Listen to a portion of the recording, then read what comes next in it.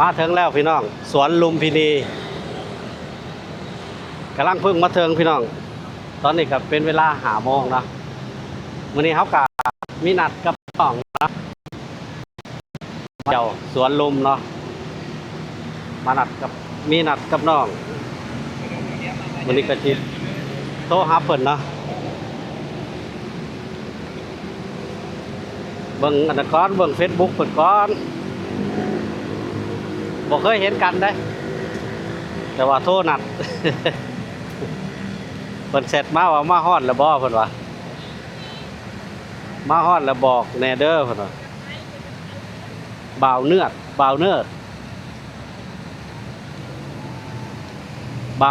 านนาเนาะ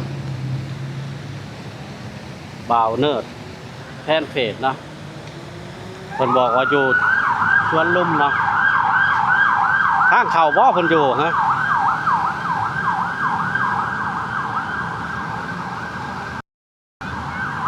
พี่น้องทักทายสบายดีและสวัสดีเบิดสุขุสุคนยินดีต้อนรับเขามาเบิ่งเขามาชมทางช่องมนต์บรรณาพาเลาะคือเก่าคลิปนี้มนต์บรรณากับสิพาพี่น้องมาสวนลุมเนาะเลาะลิ่นเนาะมาเที่ยวเนาะเพราะว่ามีน้องๆคนหนึ่งเนาะเพิ่นกำลังเป็นยูทูบเบอร์มือใหม่เนาะเพิ่นก็อยากเห็นพอจังมนเนาะเห็นลุงมนเนาะเพิ่นโทรมาแล้วก็เพิ่นเสร็จมาเนาะเพิ่นมาก่อนแล้วพี่น้องเพิ่นมาก่อนแล้วประมาณว่าเพิ่นสิอยู่บรรยากาศกันเลยมือกล้องเอากล้องดีๆนะมือกล้องกับกล้องดีๆนะเบิ่งนะเบิ่งบรรยากาศนะได้บ่บ้านเขาสวนสวยงามโอ้บรรยากาศสวนลุมเนาะอันนี้คือทางเขาสวนเนาะสวยงามแฮงมองหาแนมหาคือบ่เห็น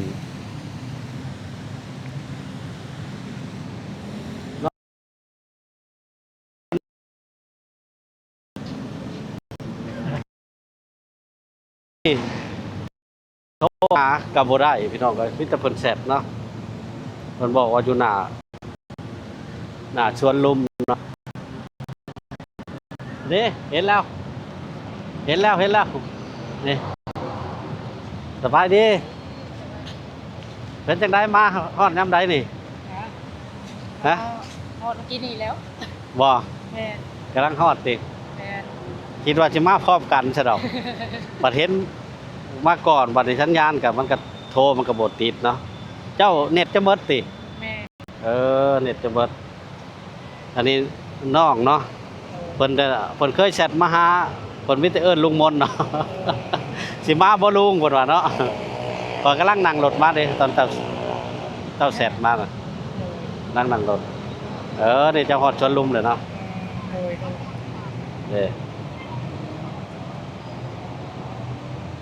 เอามาถึงแล้วมาเห็นกันแล้วพี่น้องอันนี้ก็เจ้าก็เฮ็ด YouTube บ่แม่เฮ็ด YouTube เพิ่นก็ทำช่อง YouTube คือกันเนาะช่อง YouTube มือใหม่เนาะโดยแล้วก็ฝาก FC ของลุงมนจังก็มนต์บรรณาไปติดตามเด้อพี่น้องเนาะชื่อช่องว่าคือช่องบ่าวเนิร์ดบ้านนาพี่น้องบ่าวเนิร์ดบรรณาเนาะเป็นคนทาง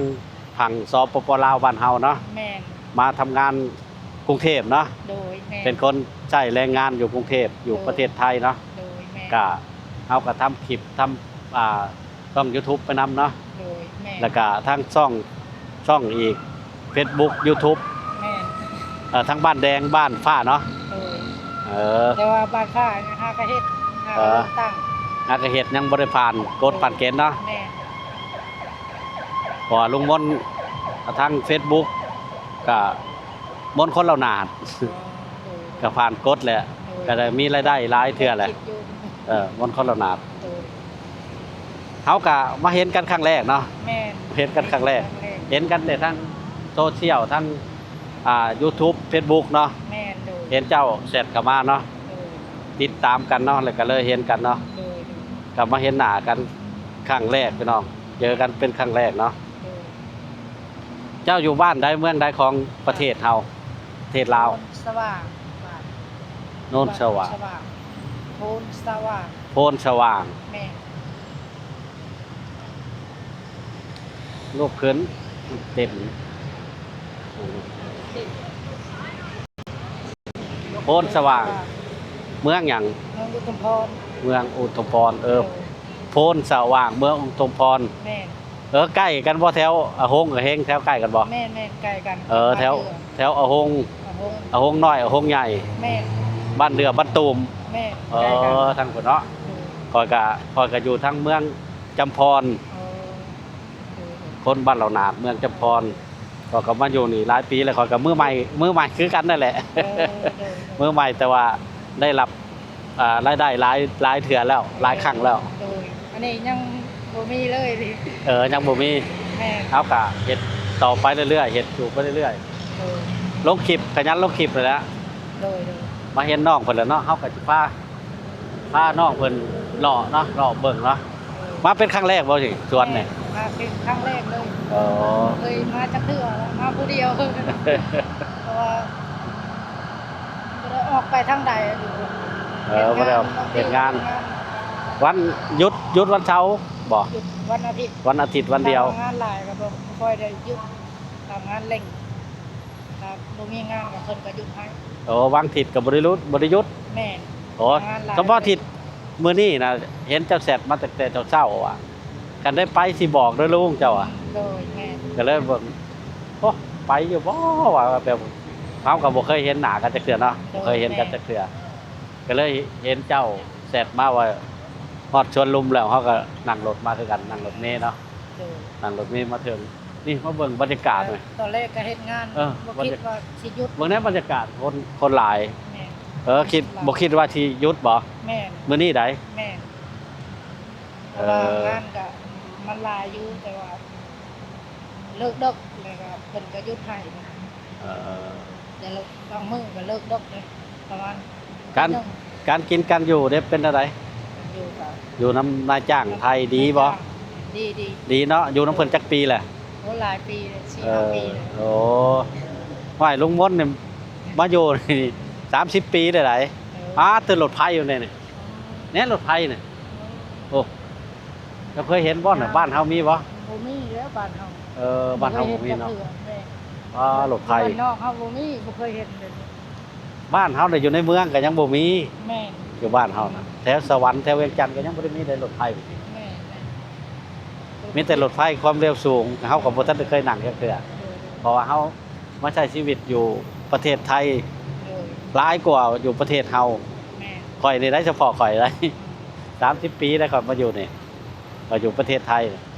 อยู่ดนเลยเนาะ อยู่โดนเจ้ากำลังอยู่5 ปีเนี่ยบ่ 4-5 ปีนี่ โอ้4-5 ปี แม่ การกินการอยู่มีครอบครัวหรือบ่ มีแล้ว อ๋อแต่ว่าลูกเต้ายังบ่มีเนาะ แม่ยังบ่มีบ่ได้เอาเมียมานำ อ๋อบ่ได้เอาเมียมาน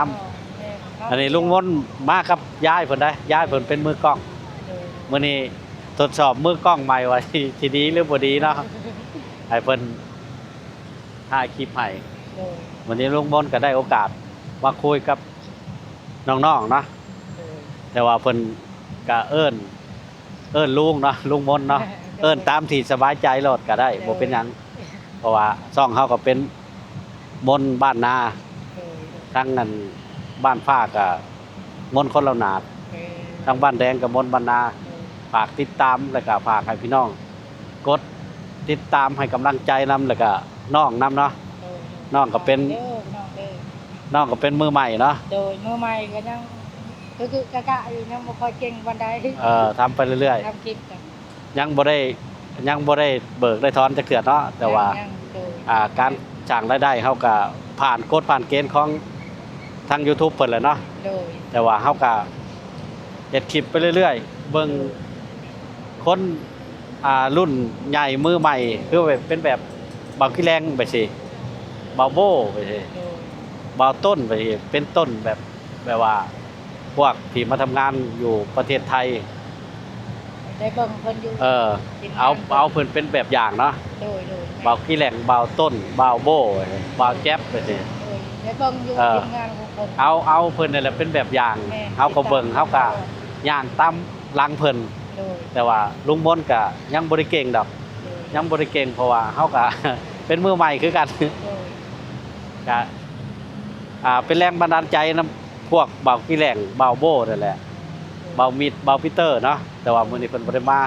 เฮาก็นัดกันกับน้องเนาะ โดย ที่เป็นมือใหม่คือกันเนาะ โดย มาทำคลิปทำช่องนํกันโอ้มือกล้องเขาเบิ่งทั้งผู้นั้นงามๆพุ่นโอ้งามอีหลีเด้อท่านน่ะว้าทุกคนกำลังเริ่มมาเนาะตอนนี้เป็นเวลา5:30นแล้วเนาะว้าทุกคนกำลังเริ่มเข้าสวนเนาะมาออกกำลังกายเนาะ โดย